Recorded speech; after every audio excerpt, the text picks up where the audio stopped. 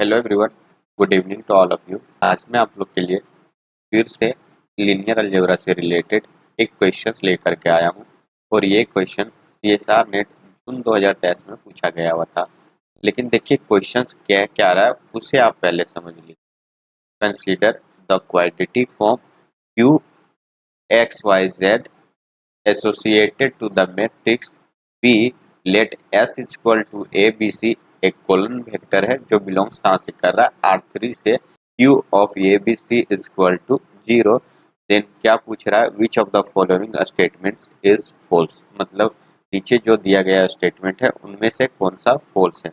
हमें फॉल्स पे टिक करना है। देखिए यहाँ ये चीज पे हमें बहुत ज्यादा कंफ्यूजन हो जाता है क्योंकि कई बार ऐसा होता है कि हम लोग सॉल्यूशंस तो राइट वे में कर लेते हैं, हमारा आंसर्स भी करेक्ट आ जाता है, बट यहाँ फॉल्स एंड ट्रू में कंफ्यूजन हो जाता है जिसकी वजह से क्या होता है हमारा स्टेटमेंट कभी कभी गलत हो जाता है। इन द प्रेशर हम लोग बोल सकते हैं एग्जाम के प्रेशर्स में, तो ऐसा होता है। तो ये चीज़ नॉर्मल है, आप देख सकते हो। लेकिन यहाँ हमें फॉल्स पे ही टिक करना है। तो देखिए हम लोग यहाँ डिफाइन कैसे करेंगे क्वाड्रेटिक फॉर्म।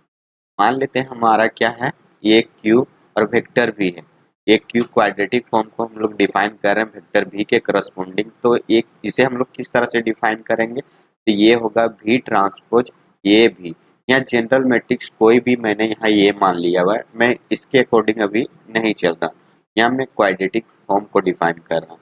सिमिलरली अगर हमारा सेट में क्या है Q A B C equal to 0 दे के रखा हुआ है, तो हम लोग यहाँ से बोल सकते हैं कि वेक्टर जो हमारा जनरल वेक्टर भी था उसके जगह में क्या आएगा वेक्टर ए बी सी। तो हम लोग लिख सकते हैं ए बी सी और एक किसके बराबर है 0 के बराबर। तो ये डिफाइन कैसे होगा, तो यहाँ इस वेक्टर को पहले हम लोग ट्रांसपोज करेंगे। तो यहाँ वेक्टर हमारा कॉलम फॉर्म में गिवन है, अगर इसको ट्रांसपोज कर देते हैं तो ये क्या हो जाएगा रो फॉर्म में आ जाएगा। ये क्या आएगा ए बी सी, और यहाँ हमें क्या जरूरत है एक मैट्रिक्स की, जो मैट्रिक्स हमारा गिवन है। तो मैट्रिक्स बी है यहाँ, तो यहाँ हम लोग बी मैट्रिक्स को रख देंगे। तो देखिए मैट्रिक्स के अंदर इंट्रीज क्या है 1 1 0 1 1 0 एंड 0 0 2, और यहाँ क्या आ जाएगा जो वेक्टर हमारा गिवन है एज इट इज उसे रख देंगे कॉलन फॉर्म में A B C equal to क्या है 0। अब इसे हम लोग सॉल्व कर लेंगे। तो सॉल्व करने के बाद क्या होगा,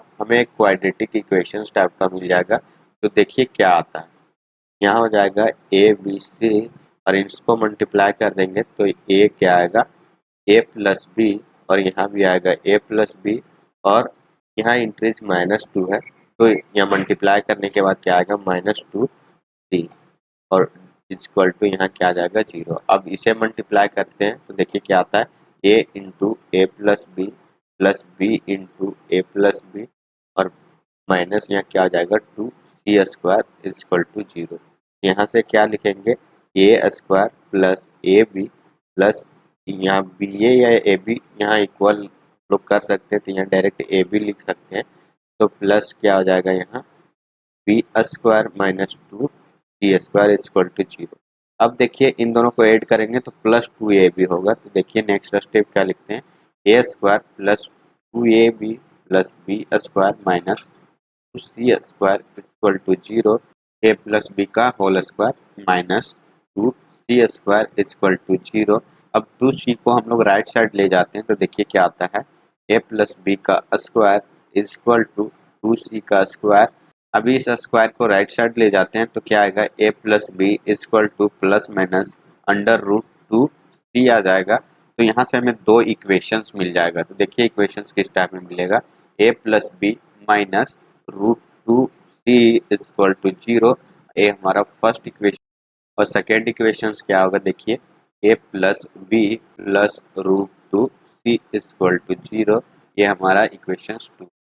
अब देखिए क्वाड्रेटिक फॉर्म में हमें वेक्टर क्या देके रखा हुआ है एक्स वाई जेड। तो ए बी सी को हम लोग रिप्लेस कर देंगे किससे एक्स वाई जेड से। तो फाइनल जो हमारा बन के आएगा वो क्या आएगा X plus Y minus √2z equal to 0, and second वाला क्या होगा X plus Y plus √2z equal to 0। अब इन दोनों को देख करके आप ऑब्जर्व कर सकते हो। क्या ऑब्जर्व करना है आपको, देखिए ये दोनों क्या है एक प्लेन का इक्वेशंस है। तो ये हमारे पास इक्वेशंस आ गया किसका प्लेन का। तो चलिए अब ऑप्शंस में हम लोग देखते हैं कि ऑप्शंस क्या कह रहा है। फर्स्ट ऑप्शंस क्या है, the intersections of S with the X Y plane is a line. तो हम लोग क्या करेंगे, इन दोनों का इंटरसेक्शन, तो देखिए इन दोनों में कॉमन जो टर्म मिल रहा है वही तो हमारा इंटरसेक्शंस में आएगा।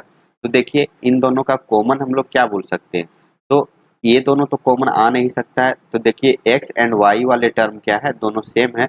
तो X plus Y equal to zero, ये हमारा क्या आ जाएगा, इंटरसेक्शंस में आ जाएगा।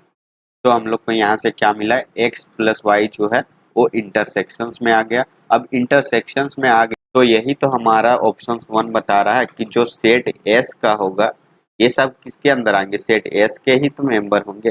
तो ये सेट एस में से जो एक्स प्लस वाई आया हुआ है वो क्या रिप्रेजेंट कर रहा है, एक्स वाई प्लेन को ही रिप्रेजेंट कर रहा है, जो क्या है, एक लाइन। तो ये हमारा क्या हो जाएगा, इस तरह से ये हमारा ट्रू स्टेटमेंट हो जाएगा। तो इसे हम लोग टिक नहीं करेंगे।